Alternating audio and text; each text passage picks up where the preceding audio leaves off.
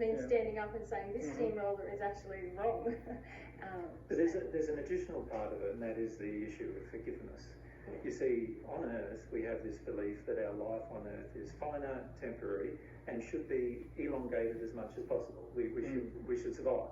Yeah. And once we come to terms with the fact that we survive anyway, whether we pass or not, then we're not so addicted to staying alive. So partly it's our fear of death that causes us to be addicted to staying alive under all circumstances. And that's understandable. If we don't have evidence that there is a spirit world, if we don't have evidence that we do actually survive death, then that's naturally how we're going to feel, isn't it? Of course, but unfortunately there is huge amounts of evidence that we survive death, and that most people are still very, very resistant to accepting.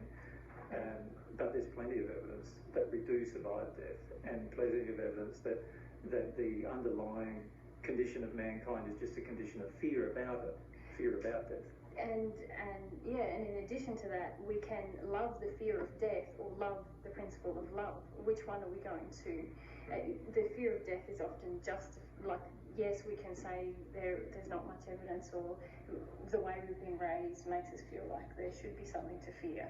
But if we love the principles of love, or non-violence in this example, more than we're willing to honour the fear of death, if you like, then the fear becomes less meaningful and powerful in our life.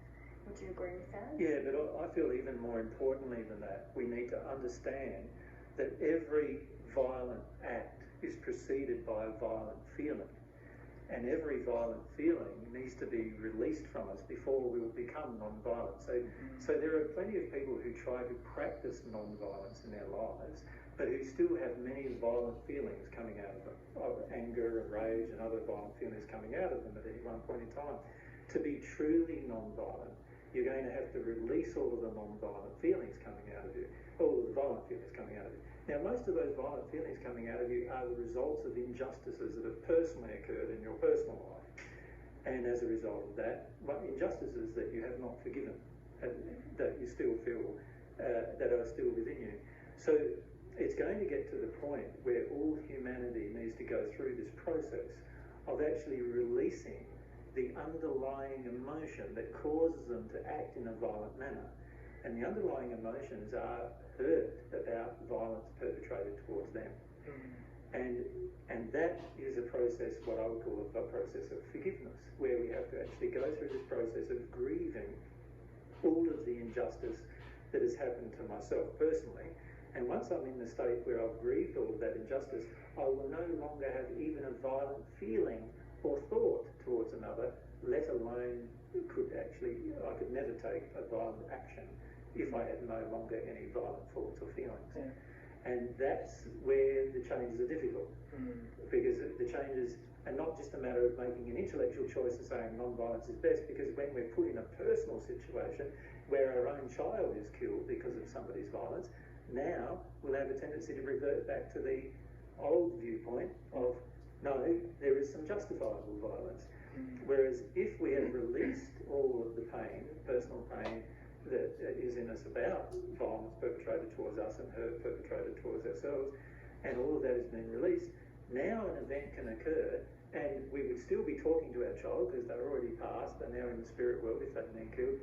We'd still realise they're alive, there's no permanent harm that's happened to the person. We would go through the process of forgiving the individual who perpetrated that violence, and we would also then be in a state where we could be loving towards them and not perpetrate violence in return. And one of the biggest problems I feel we have on earth is there's still this tendency, even at a personal level, if somebody harms us, we have a tendency to want to return the harm rather than actually forgive. So in the situation of 9/11, if the American government was in harmony with love, then they probably should have said, okay, you've done that to us, but we're not going to do anything to you in return. Well, yes, making the assumption that there was terrorists who actually did the bombing towards the USA in 9/11, making that assumption. If the American populace was in a condition of love, they would forgive the act without taking reprisal actions. You sound like you doubt that it was terrorists. Of course. Well, unfortunately, if you there's an old adage in most criminal investigations, and that is to look at who benefits from any act. Now, in the case of this terrorism act that's meant to have been perpetrated towards the United States, the primary beneficiaries were the American government and the laws that they could then employ towards their people. In terms, they could now put into action laws that took away the rights of the average American. So rather than living now in a free will democracy, they're now living in a pseudo free will democracy because their laws are actually indicating differently now. And who benefits from that? It's certainly not terrorists. Yeah, I can see that, but it would be fairly implausible to think that the American government set all of that up.